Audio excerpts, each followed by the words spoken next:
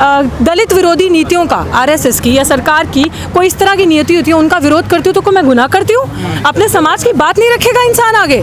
कौन रखेगा हमारे समाज की बात? और जो इंसान बोलेगा उसको ये सजा देंगे, उसको सिस्टम से बात कर देंगे, उसको सिस्टम से इस तरह से बात करेंगे कि वो लाइफ तो उसकी हेल हो जाए बट उसका लाइवलीहुड छीनेंगे। आज राष्ट्रीय बेरोजगारी दिवस हम क्यों मना रहे हैं? क्यों मन रहा है ये आज? किसका जन्मदिन है आज? शर्म नहीं आनी चाहिए ऐसे आका को? किसके साथ हो रहा है ये सब? और चुन चुन के आप देखिए, दलित पिछड़े आदिवासियों पे चुन चुन के वार किया जा रहा है। बहुत बारी बोला माफ़ी मांग लीजिए, बहुत लोगों ने बोला, हमने कहा गलती बताइए। क्यों माफ़ी मांगे? माफ़ी मांगे गुलाम बन जाए ताकि वो हमारी जुबान काट दें, हम बोल ना पाए।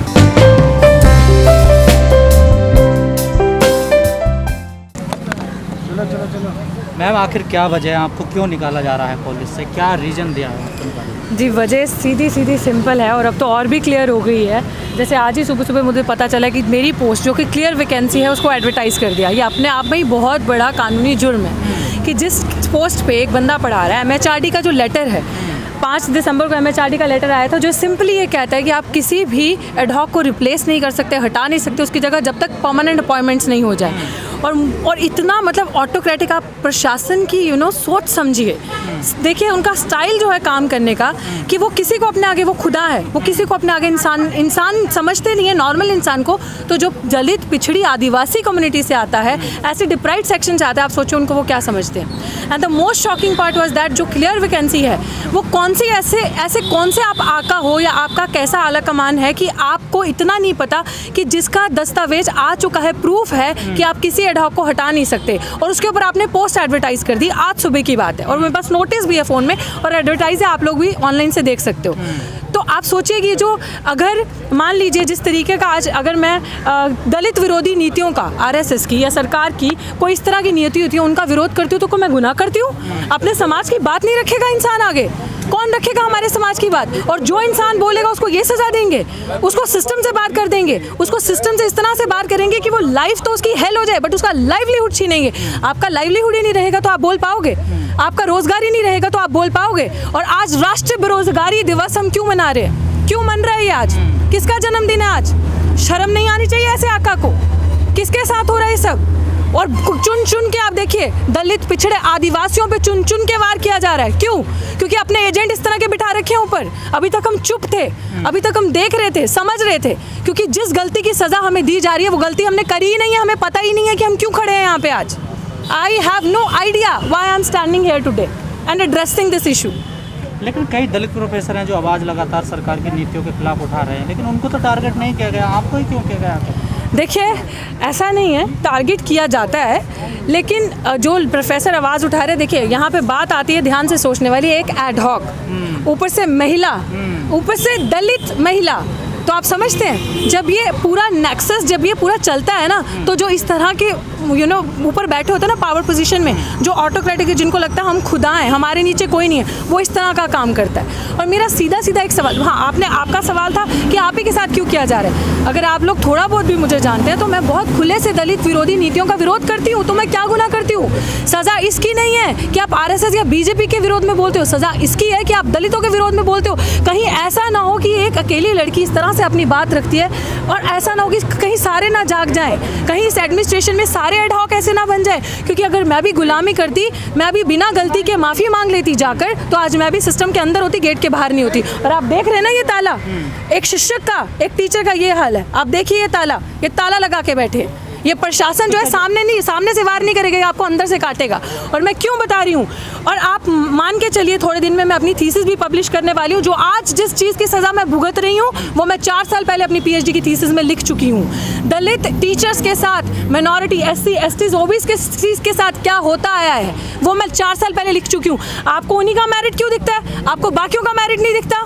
आपको लेटरल एंट्री में मेरिट नहीं दिखता? पीछे से जो एंट्री होती है उनमें मेरिट नहीं दिखता? इंटरव्यू के अंदर जो आपके आला कमान बैठे होते हैं आपको उनका मेरिट नहीं दिखता? आपको सारा मेरिट दलित, ओबीसी, एसटी के स्टूडेंट टीचर्स का ही क्यों दिखता है और उन्हीं के स्टूडेंट्स का क्यों दिखता है? बाकियों का मेरिट नहीं दिखता आपको?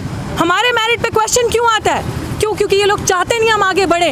हम बोलते हैं, आप बताइए जिसने आवाज़ उठाई है वो कहाँ है आज? जिसने आवाज़ उठाई है कोई बाहर? है कोई बाहर? अभी रह रहे? हर किसी पे कोई ना कोई गलत नीतियां लगाकर, गलत एक्ट्स लगाकर उनको अंदर कर दिया जा रहा है, उनको नौकरी छीन ली जा रही है, रोजगार छीन लिया जा रहा है। क्यों आज प्रधानमंत्री जी के जन्मदिन पे राष्ट्रीय बेरोजगारी दिवस मनाया जा रहा है? ये बहुत प्राउड की बात है, बहुत प्रिविलेज की बात है। कहाँ जा रही है हमारे देश की GDP? कहाँ पहुँच रहे हैं हम? एक साइकोलॉजी की टीचर हूँ, एक साइकोलॉजी पढ़ाती आई हूँ, I am an assistant professor.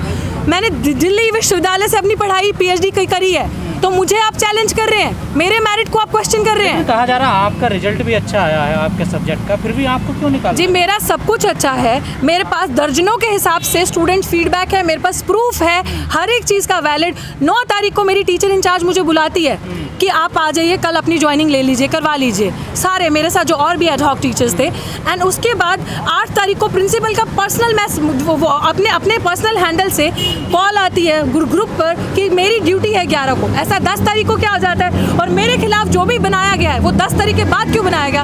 10 तारीख से पहले क्यों नहीं था? 10 तारीख को क्यों नहीं था? वो पहले बाद में क्यों हुआ?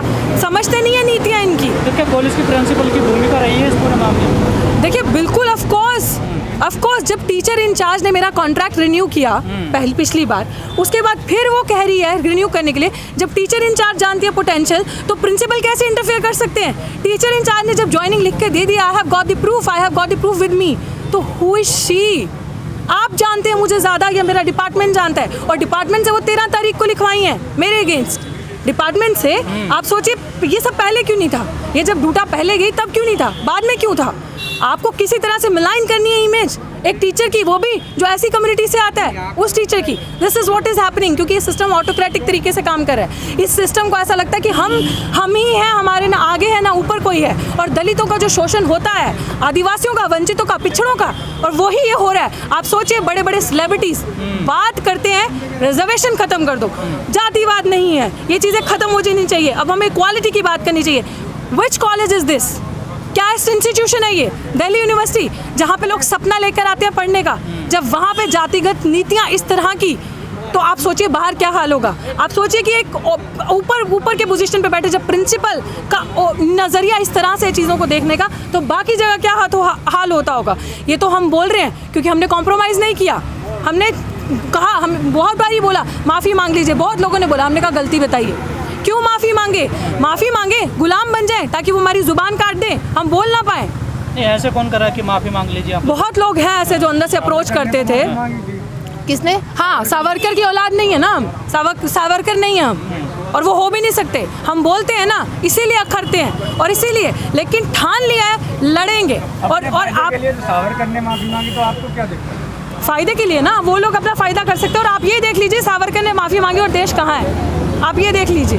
हम लोगों के अंदर सावरकर वाला ना जज्बा है ना हम वैसे हैं। भगत सिंह को सुना है 21 साल में हिला के रख दिया था ना, देखा था ना। तो क्या लग रहा है उस नज़रिए से आप हमें देखिए।